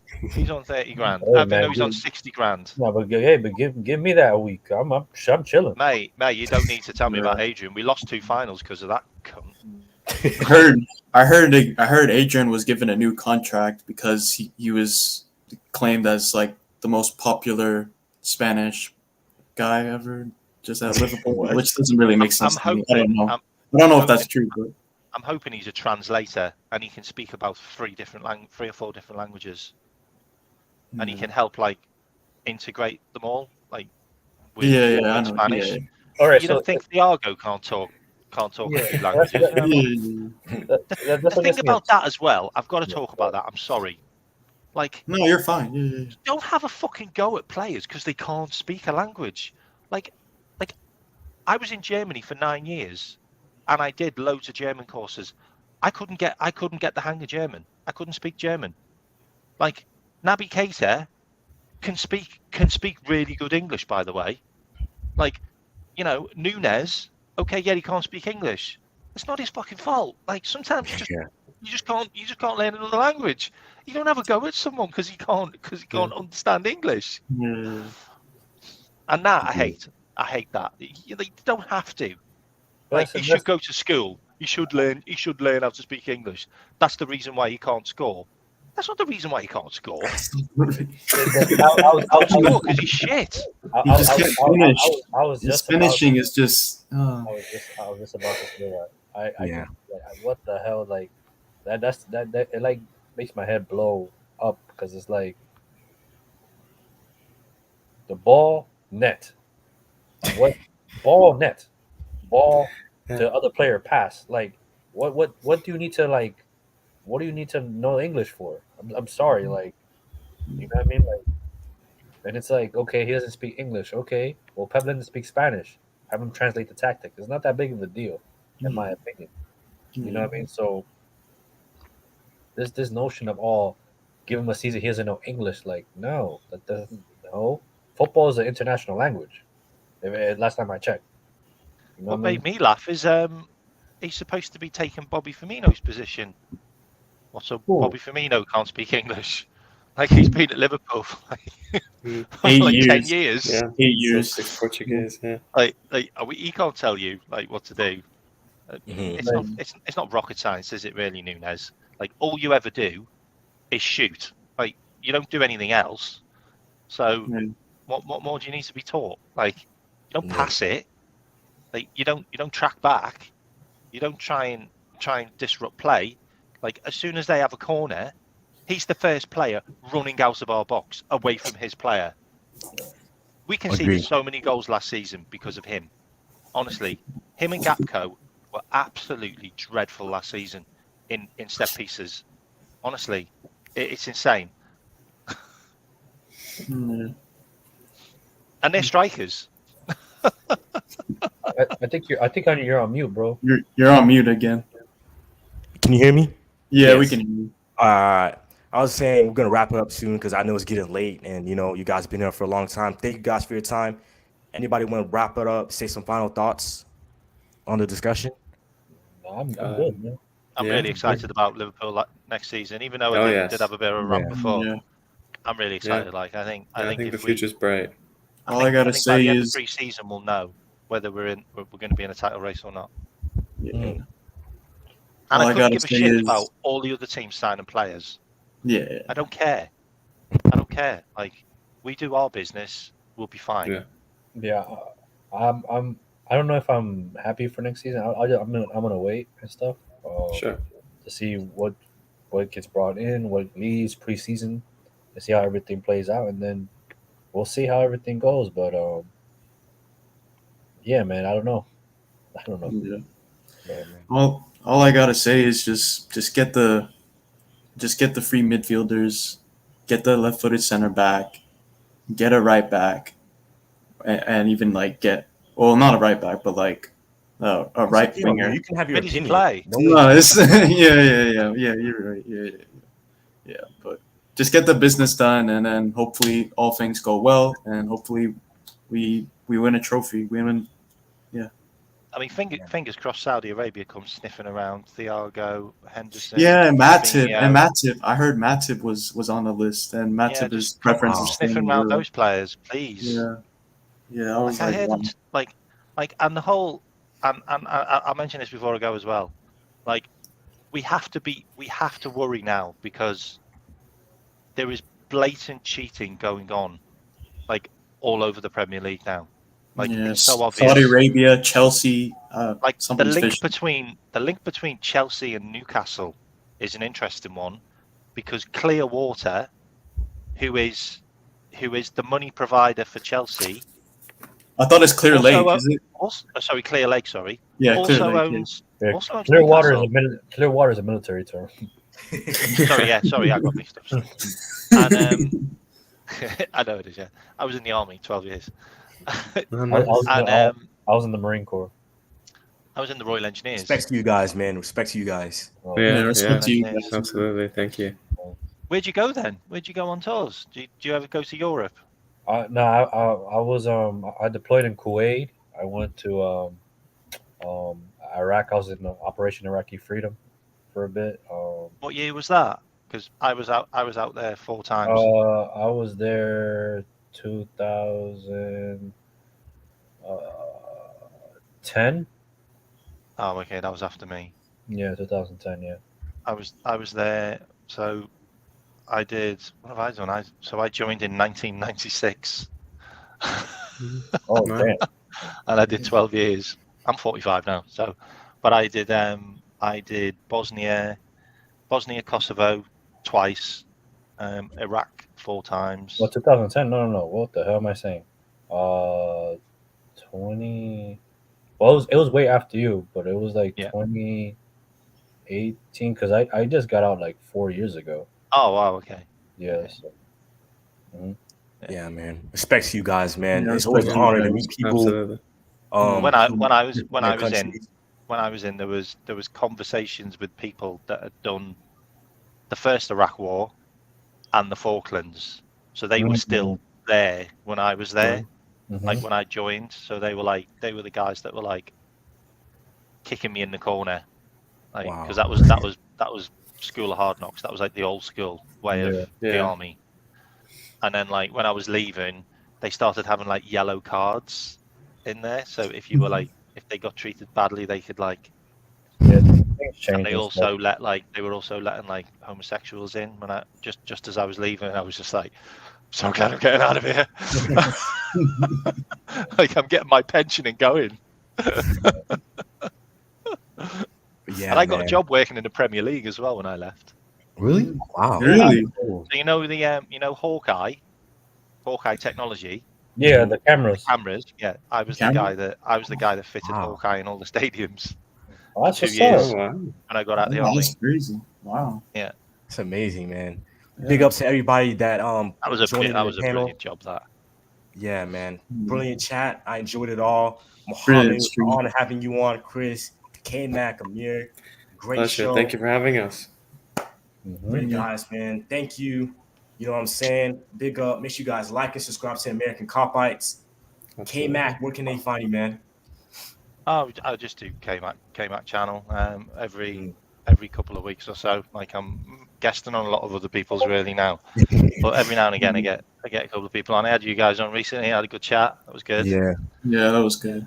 Yeah, that was good. And yeah, I'll hit you up as well, Chris, because Be good to get you on my show sometime. Yeah, We yeah. can Send talk me up about all on your WhatsApp medical or stuff and that. yeah, send me up on WhatsApp or Yeah, Twitter and stuff. I'm in that group, so I'll ping you privately. All right. Yeah. Send me up and stuff. And I wouldn't mind speaking to your brother as well. He's got some interesting stuff. Yes, man. Mohammed. Yeah. Thank you very much. Thank you. Yes, Yeah, sir, man. He's more positive than you, Amir. Yes. Very I only got true. you on my Very channel true. because you were raging, and I was like, yeah, Yeah. come on, bring that anger on my show. No, I was just disappointed, but it's fine. That's fine. Big up M-Tom Izzy. I'll be positive for sure, though. I'll be positive. Now I was like that too because I remember when I first met Amir, we were going at it, man. Like in regards to FSG, like we want to FSG out, we want to clop out, but like Yeah, but then you gotta like after some time, I stepped away and I just started like analyzing the situation. I'm like, nah, Yeah. man, I can't let these bastards like ruin my mood, man. yeah. Because there's other things in life that you gotta Yeah, you know what I mean. So I want to clop out that season where we lost all our defenders. I was just raging. Like, Oh, that was so crazy. I was just raging. Oh my god. But yeah, big up everybody. We're gonna wrap it up here, man. Thanks everybody for coming on. Like I said, great. Make sure you guys like and subscribe to American Cop Bites if you're new. If you're watching on replay. Big up to everybody, and we out. Bye, everyone. See you later. You'll never walk alone.